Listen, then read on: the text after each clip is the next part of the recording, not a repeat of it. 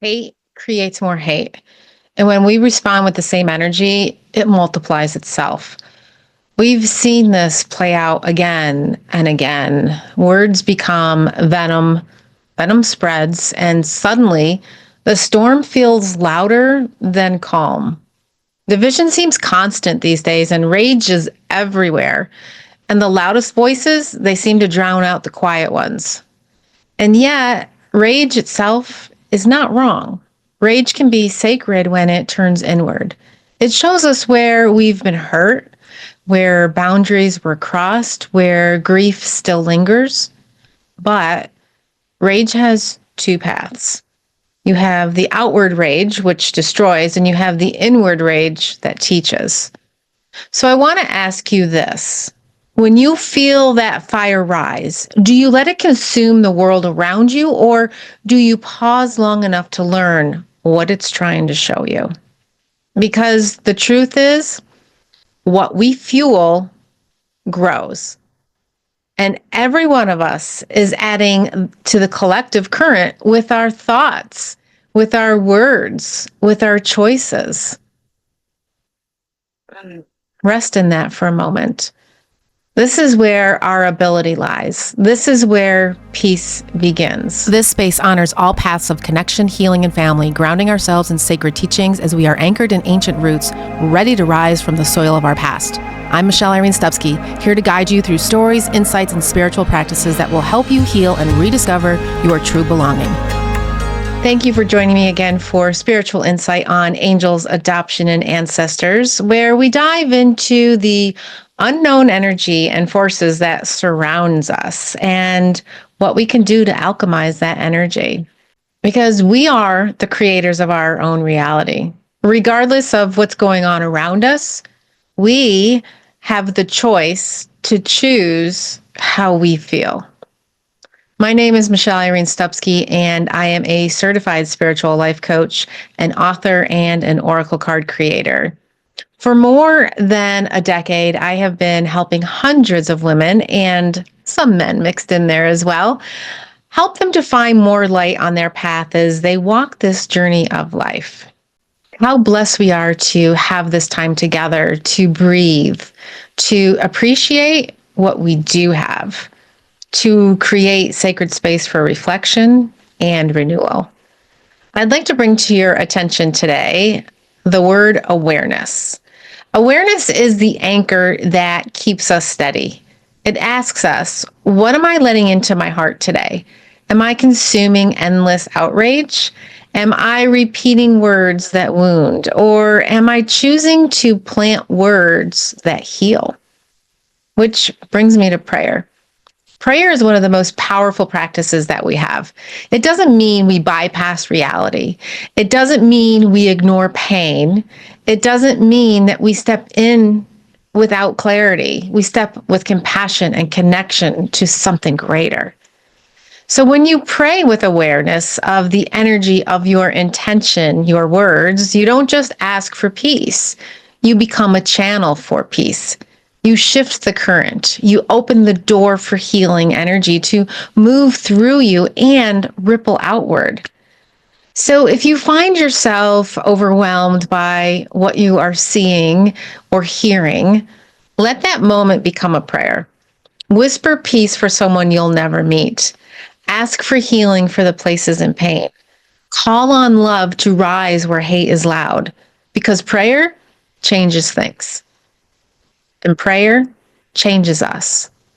Let's practice for a moment together. If you're able to close your eyes, then do so as you place your hand over your heart and you take a small, slow breath in through your nose.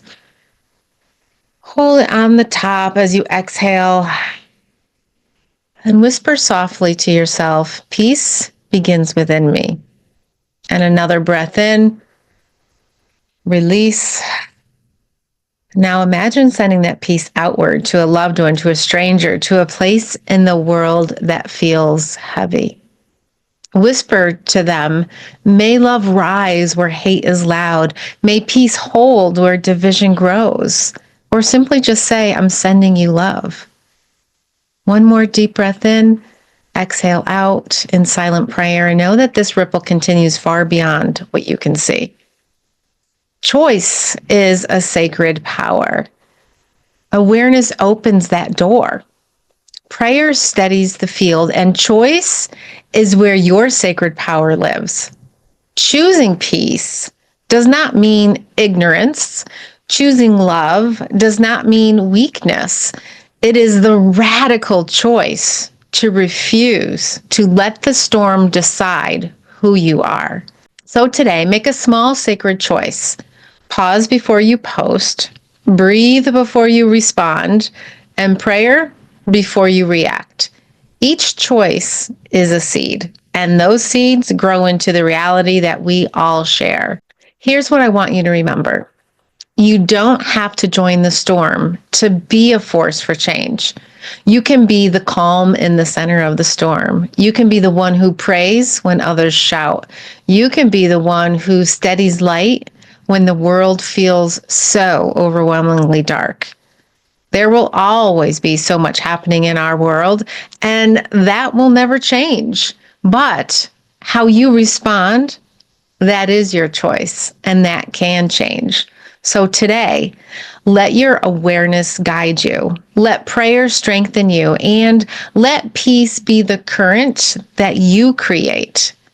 Which reminds me of a story when I was a little girl and I was in church, and I remember holding my dad's hand, and we would sing together and be so excited when the prayer of St. Francis came up.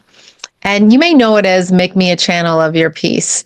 Even as a child, I knew it was special. As I'm getting goosebumps of the memory, I could feel the energy coming from my dad. And when we sang those words, somehow our voices harmonized in a way that felt magical. It's as if the prayer itself was carrying us, and it still does today. At the time, I didn't fully understand, but later I realized the depth of the prayer and how it captures the essence of what we're speaking about today. Becoming a channel of peace. His prayer is both ancient and timeless, and it's a map for how to walk in a world that often feels divided. It doesn't ignore pain, it transforms it. It shows us how to be that channel, to take what is heavy and turn it into something holy and sacred. So let me share the words with you right now. Again, the title is "Make Me a Channel of Your Peace," and it begins with, "Lord, make me an instrument of your peace." This is the opening request. It's your invitation to become a vessel, a channel. It's not asking for peace just for ourselves. It's asking to become peace in the world. It reminds us that peace isn't something we wait to receive. It's something we embody and radiate and create and choose.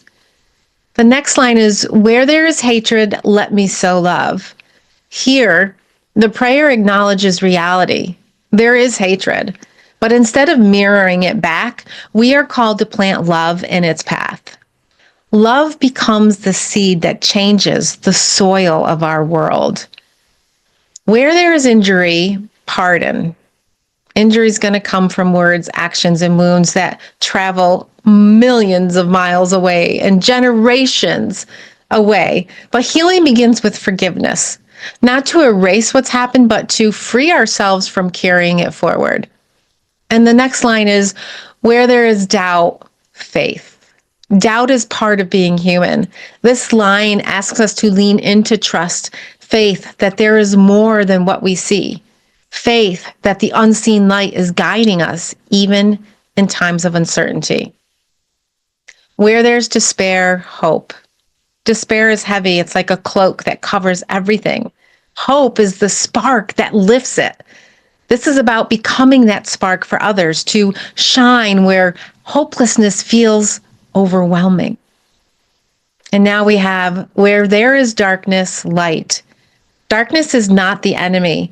It is the place where light can shine brightest. This line reminds us that every small act of compassion, every moment of awareness is a beam of light cutting through shadows. And where there is sadness, joy. Sadness is inevitable, but joy doesn't have to despair because of it. Joy is not denial. It is remembering beauty even in the sorrow. It is the song that reminds us life is still sacred. This prayer is not just a hymn, it's a teaching, and it reminds us that peace is not passive, it is active. It asks us to choose, to meet hatred with love, to meet despair with hope, to bring light into dark spaces. And when you let these words move through you, you become more than a person reciting them. You become a light worker, a channel of peace itself. And that's a beautiful thing. So take one phrase from the prayer or take them all, whichever you choose, but make sure you embody the meaning behind the words and feel the power behind them when you recite them, sing them, or read them. And before we close, I want to invite you to listen to my episode on sacred rage, and I'll put the link below. This is a conversation that stirred something in you. You might want to listen to that. You'll find the link, like I said, in the notes. Or if you're looking for a simple practice to begin learning the art of pause to bring more peace into your life, go ahead and listen to the Sacred Pause podcast. I'll put that link below too, because there's a beautiful short meditation designed to anchor you into the practice of slowing down, listening, and reconnecting.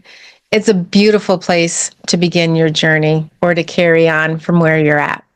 If this episode resonated, please like, comment, share, do all the things, because it helps us reach more people. And the more listeners we have, the wider our ripple of light becomes. And you can be a part of that.